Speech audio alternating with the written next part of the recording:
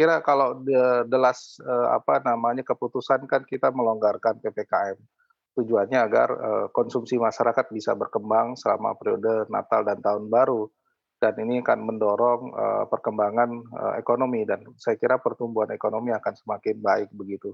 Meski demikian memang kalau ada, perubahan daripada bawah ada katakanlah ada varian ini, ditemukan di Indonesia, tentu pemerintah akan melakukan kebijakan, pengetatan PPKM kembali, apakah level 3, 4, dan sebagainya, dan ini akan membuat, mobilitas, sosial dan ekonomi, dikurangi dengan kebijakan PPKM dan, secara nggak langsung, ekonomi akan sedikit, melambat begitu. Dan saya kira memang ini satu hal wajar sehingga, kebijakan di pemerintah yang fleksibel, saya kira memang harus adaptif, tetapi memang, tidak bisa, tanpa ada kebijakan preventif, terutama dari sisi, bagaimana menjaga sisi kesehatan, apakah di Mhm. apa namanya, di bandara, kemudian juga di, pelabuhan dan sebagainya, jangan sampai, Covid, gelombang ketiga atau keempat di negara luar, ini masuk ke kita.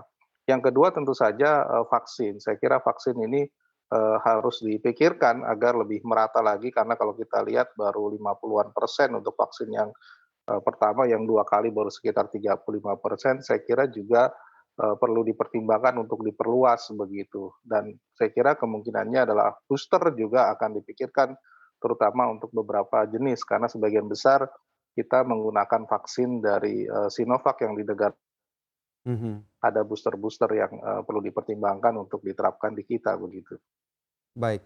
Pak Tauhid, dengan kemudian menimbang, terkait dengan penyebaran COVID-19 dan juga pandemi yang selama ini terjadi di tanah air, apakah menurut Anda kebijakan-kebijakan yang selama ini diambil oleh pemerintah ini sudah, cukup mampu kemudian untuk menangkal penyebaran lebih lanjut dari varian COVID-19 Omikron ke depannya? Dan perlukah kemudian, masyarakat begitu untuk mengkhawatirkan penyebaran, varian Omikron ini pada ekonomi dan juga dunia kesehatan? Ya, kalau saya lihat begini, kalau melihat bahwa PPKM sekarang perlonggar, ini artinya pemerintah merasa yakin bahwa sudah bisa menangkal varian ini ya. Kalau saya melihat, seharusnya memang ada kebijakan yang lebih tegas bahwa, katakanlah untuk varian ini memang, pengetatan di, jalur internasional lebih kuat lagi begitu. Nah ini yang belum kelihatan, sehingga misalnya masa karantina 2 minggu ataupun di pelabuhan atau pintu masuk kita dengan tangga sebelah ini yang, belum kelihatan, sekali, informasinya begitu.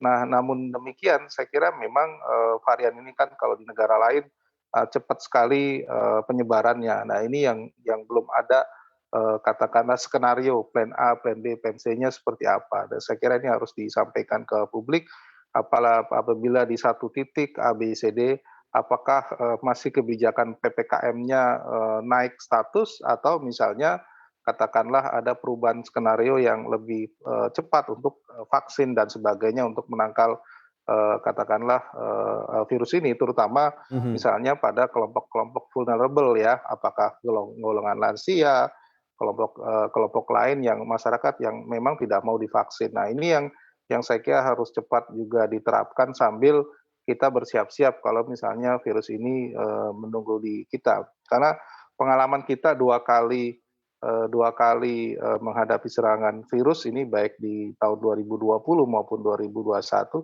itu ada jeda sekitar 1 bulan sampai 1,5 bulan dibandingkan negara tetangga begitu. Jadi negara tetangga katakanlah, bulan Mei, di Juni, Juli kita sudah kena begitu. Nah ini yang saya kira harusnya, kita harus waspada terhadap virus ini dan saya kira ya masyarakat juga, harus khawatir karena, apa bentuknya dari virus ini tidak akan bagus bagi kesehatan dan tentu saja dampak Mhm. ekonominya cukup luas begitu.